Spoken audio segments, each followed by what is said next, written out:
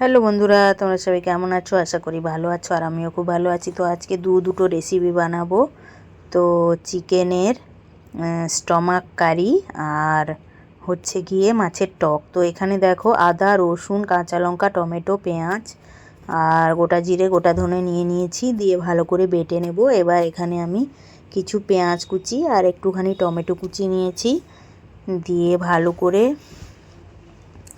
স্টমাকটা আমি উষ্ণ গরম জলে ভালো করে ধুয়ে নিয়েছি। দেখো ধুয়ে পরিষ্কার করে নিয়েছি। এবার আমি দিয়ে দিলাম, আর যে বাটা মশলাটা করেছিলাম ওটা দিয়েছি, আর কিছু গোটা কাঁচা লঙ্কা দিয়েছি, আর সর্ষের তেল আর লবণ দিয়ে দিয়েছি, আর লঙ্কার গুঁড়ো, হলুদ গুঁড়ো, আর একটু কাশ্মীরি লঙ্কার গুঁড়ো, আর একটু গরম মশলার গুঁড়ো, আর দই দিয়ে ভালো করে আমি মিক্স করে নিচ্ছি। দেখো মশলাটা যত করে ভালো করে মিক্স করবে তত সুন্দর টেস্টি হবে খেতে। আর দেখো এবার মিক্স করে এবার আমি কড়াইটা বসিয়ে দেব। দেখো বাইরে বৃষ্টি পড়ছে, আর আর চিকেনের স্টমাক কারি হচ্ছে, জমে যাবে একদম, তাই না বন্ধুরা? আর কোথায় কোথায় বৃষ্টি হচ্ছে কমেন্টে অবশ্যই জানাবে। আর দেখো ঢাকনা দিয়ে রেখে দিয়েছিলাম, দিয়ে ফুট চলে এসছে, আবারও ঢাকনা দিয়ে রেখে দিয়েছি, অনেক জল বেরিয়েছে। তো নেড়ে চেড়ে ঢাকনা দিয়ে দিয়ে আমি রান্নাটা করে নিচ্ছি।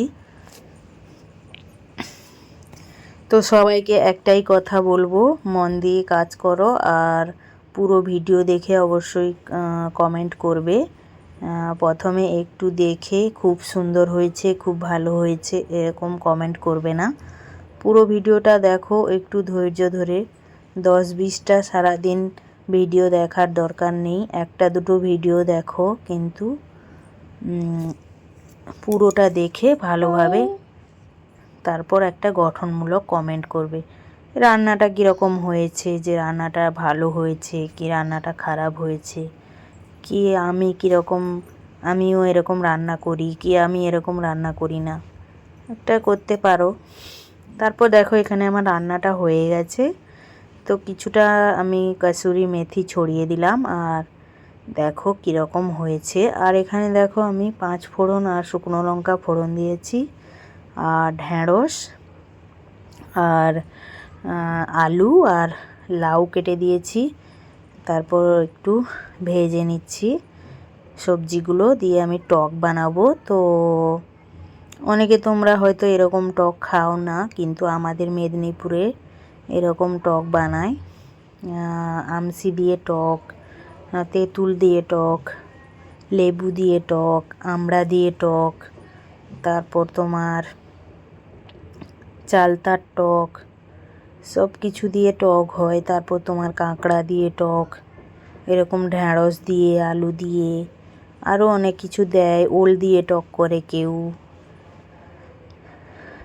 কেউ টক করে কুমড়ো দিয়ে, কেউ পেঁপে দিয়ে, তো অনেক রকমের টক হয়। তো বলতে বলতে আমি দেখো সর্ষে বাটা দিয়ে আর আমসিটা দিয়ে দিয়েছি। আমসি মানে হচ্ছে আমকে কাঁচা অবস্থায় যখন আটিটা শক্ত হয়ে যায় তখন মাঝখান দিয়ে চিড়ে ছিলকা ছাড়িয়ে লবণ দিয়ে শুকিয়ে রাখে, দিয়ে ওইটা আমাদের বছরভর খাওয়া হয়। তো আমার মা দিয়ে পাঠিয়েছিল, আমার বাবা এসেছিল বলে। আর এখানে দেখো আমার টকটা হয়ে গেছে, আর মাছ এক পাশে ভেজে নিচ্ছি। তো মাছ ভাজাটা আমি দিয়ে দিব। আর দেখো মাছ ভাজা আমার হয়ে গেছে। তো এবার আমি ফুটের মধ্যে মাছগুলো দিয়ে দিব।